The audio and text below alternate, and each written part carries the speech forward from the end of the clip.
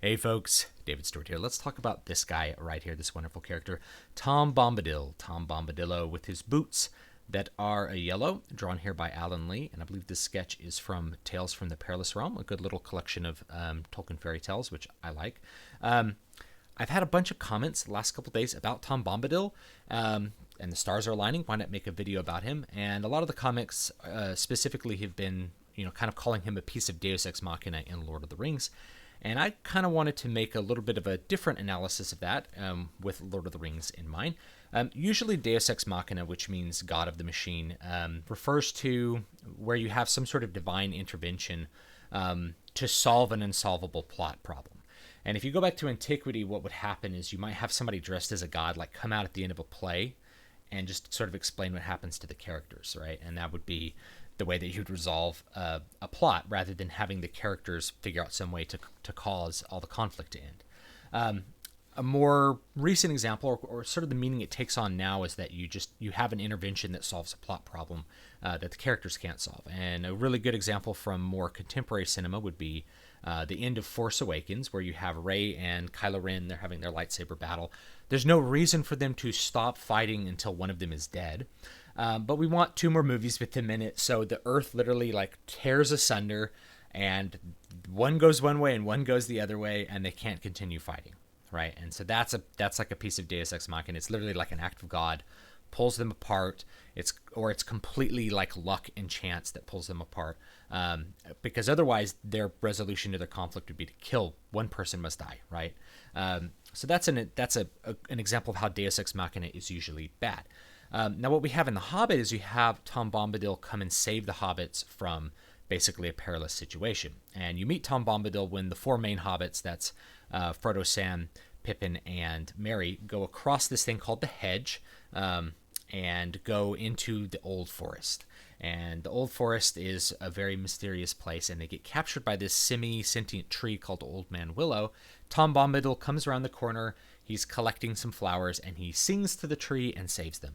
Then he proceeds to save them with a song as well from these Barrow Wights, these ghost-like creatures in the next chapter. So he saves them twice and intervenes on their behalf twice. Is that Deus Ex Machina? Well, if you look at the purpose of what he is in the story, and as well as like Tolkien's lore in general, I don't think so much. I think you can actually make a much better case for Deus Ex Machina with the eagles in The Hobbit, and out of the frying pan into the fire, where the eagles swoop down and save the dwarves and Gandalf, simply because in some past event Gandalf has saved like the chief of the eagles. It's sort of like, well, how are they going to get out of the tree? It's like eagles came and saved him. That's a little bit more Deus Ex Machina than what Tom Bombadil does.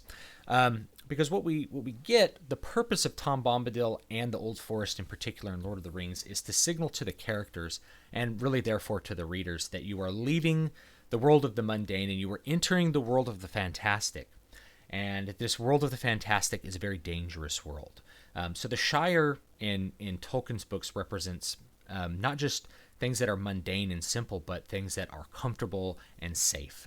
So the hobbits in the Shire don't have conflict with each other.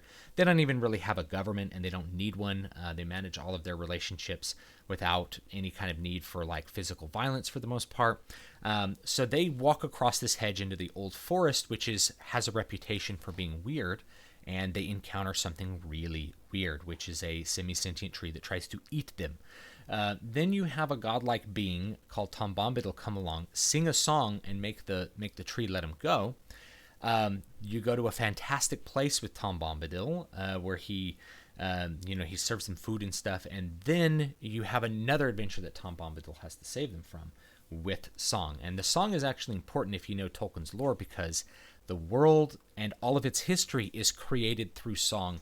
By the Ainur before the world begins. So all of its history is created through one grand song that all the angel-like beings sing. And then the Valar and the Maiar go into the world and achieve the song that they've sung. It's very interesting. So the fact that Tom Bombadil saves them from this fantastical, dangerous world with song is meaningful, because that subtly clues you into who he is. He's a Maiar spirit. So really that's the purpose of that. It's to let the characters know that they have crossed over into something dangerous, and that danger and that fantasy is real. that it's fantastical, it's weird. And so later when you meet the Ents, they're not that weird because you've already had a sentient tree try to eat you. You've encountered some godlike beings. You've had ghosts. So it sort of preps you for all the weird stuff that happens later in the book, the really fantastical stuff. And this is actually something that's pretty common in literature, believe it or not. In The Hobbit, you have a similar sort of intervention. You have Gandalf intervene for the dwarves in The Hobbit and turn the trolls to stone. Trolls is the first big dangerous thing that happens in The Hobbit. And what we see that the hero, in this case Bilbo, and in the case of Tom Bombadil, Frodo, is not up to the task of dealing with this fantastical world. So the first danger in The Hobbit is the trolls. The trolls are fantastical creatures. They overcome the dwarves, and they are more powerful than them, and you have to have somebody, a paragon character. In this case, like Tom Bombadil's like a paragon. In the case of the trolls, Gandalf is the paragon, comes in and saves the underprepared hero. If we go past Lord of the Rings, we see it in lots of other fantasy as well. So in Star Wars, in the original Star Wars film, you have this moment where Luke is essentially kind of assaulted by a guy who wants to kill him for no reason, and Obi-Wan cuts his arm off. Obi-Wan intervenes and stops Luke from being hurt. And this is a signal to you in the audience that Luke, by leaving his moisture farm, even though like his parents or his aunt and uncle have already been killed, he knows he's in danger. It's the first time that he's encountering real danger to himself, other than like the Sand People, and the Sand People's are probably a similar moment, same kind of moment. You're kind of reinforcing this idea that the hero is not up to the task of the dangerous world that he's trying to enter into, the world of fantasy rather than a world of the mundane. So with Star Wars, you have the moisture farm kind of represents Luke's mundane world that he wants to escape. It's boring. He feels like he's destined for more. As soon as he gets a chance to see more, when he sees the message from Leia, and it's like, this is a chance for me to experience something more than mundane life, he takes it. And the first thing that happens is he gets kind of beat up by the Sand People, and Obi-Wan has to intervene. And we haven't seen Obi-Wan before the Sand People come in. Obi-Wan is the paragon character coming in to save the hero who's walked across the threshold into the fantastical unknown world and realized that it is in fact dangerous, and he's in real danger of being hurt. So the bar scene kind of reinforces the Sand People scene. You also have it in Eye of the World, where even though they're in danger and they're fleeing from these Trollocs, we don't realize, living in the Two Rivers, that the entire world is a place of danger, fantasy, and wonder, until we get to Shadar Logoth and we realize just how dark things can get. And you're going to actually see this in lots of different movies, where you have the first big sort of plot point, kind of a point of no return in the hero's journey, where the hero is faced with a real challenge that he can't overcome and has to decide if he's going to give up or try to persist even though he doesn't feel up to the task. And that's kind of what Tom Bombadil represents in Lord of the Rings, because although you have the Dark Riders have already pursued them, the hobbits are kind of unaware of what the Dark Riders are, that they're Nazgul, that they're really, really dangerous. So the first real taste of fantasy you get is going into that old forest and then the Barrow Downs, to sort of tell the hobbits that they are in a strange and wonderful world that is also dangerous. Now, why did Peter Jackson happen to cut Tom Bombadil from the movies? This has been probably a fan debate since the movies came out. And the short answer is that it's not necessary to the plot. And when you are constructing a movie, you really don't want to waste a ton of time on things that's not doing one of three things: character, setting, plot, right? Those are the three big things I always talk about. And if you're doing it real efficiently, each scene will be developing each of those.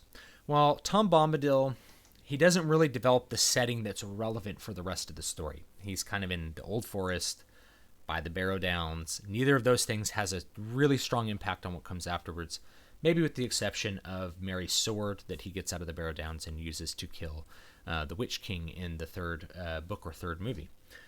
So you can basically remove that and not have any kind of bad consequences to the plot. So if you're looking at something to cut for length, and the Fellowship of the Ring is the longest book and the one that contains the most stuff happening in the most fantastical places you visit. It really is, the first book is a journey through fantasy. It's the characters going to wild, crazy different places. So that's the first reason you cut it. The other thing that you can see in the movie is that Peter Jackson takes this moment of the characters realizing that they're in real danger and that they have crossed a threshold into a fantastical world, and he puts it in Bree instead. And what you see in the movie is Aragorn intervenes, and he says, and he takes them into his room instead of their room, which is we haven't seen Aragorn before, right? And so maybe this is Deus Ex Machina. Takes him into the room. The Nazgul come in and attack the inn, and they stab the pillows, thinking that they're the hobbits. And they watch from another room on the other side of the inn, and they realize that they are in real mortal danger and that they have not been taking their journey into the fantastic seriously.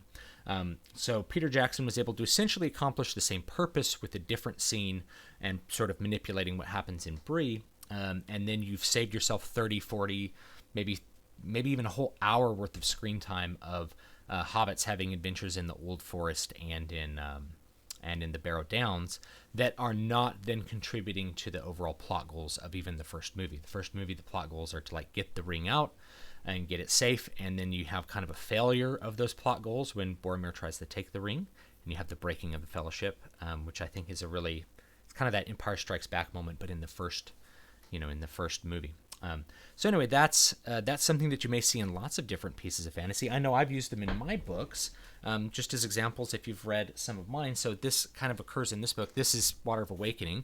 And Water of Awakening is a book that I wrote kind of specifically to be very, very classical fantasy. It's written with like an idealist style. Not for everyone, but I sure enjoyed writing it, and I like it a lot. I have a moment in this book where the main character, Helga, essentially has a couple of things that she goes up against that she can't handle on her own. She gets, her and her friends kind of get attacked by wolves, which Tolkien also uses in parts of Lord of the Rings and other books. And then, of course, she goes to the first city. She's never been to a big city before. She's out of her league. She gets saved by somebody who takes pity upon her and tells her to go home at the end. She has a point of no return where she has to decide, am I going to go home and give up my quest, or am I going to continue? And, of course, you can tell by the length of the book, she continues the quest.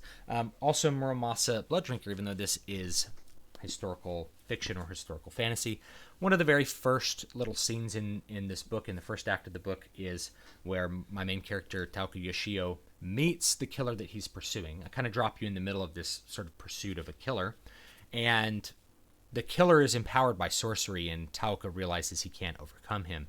And the only reason that the sorcerer doesn't kill him is that the sorcerer says he doesn't want to at this point. That he's not a good enough meal, is what he says. And the motives of the killer actually become exposed throughout the book, but that's that first scene where the hero is presented as something fantastical, a killer that's empowered by magic, not just a sword, and realizes that person is dangerous and probably beyond his abilities to overcome.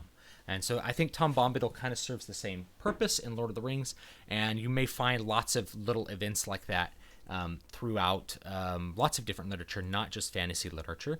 But that's kind of what I see it as. And if Tolkien wanted to avoid the Deus Ex Machina of Tom Bombadil coming in and saving them, he could have avoided that entire section of the book as Peter Jackson did. So I kind of look at it as like Tolkien wanted to show you more fantasy because it's about a fantastical journey, and also wanted to cue you in to the real danger that's there.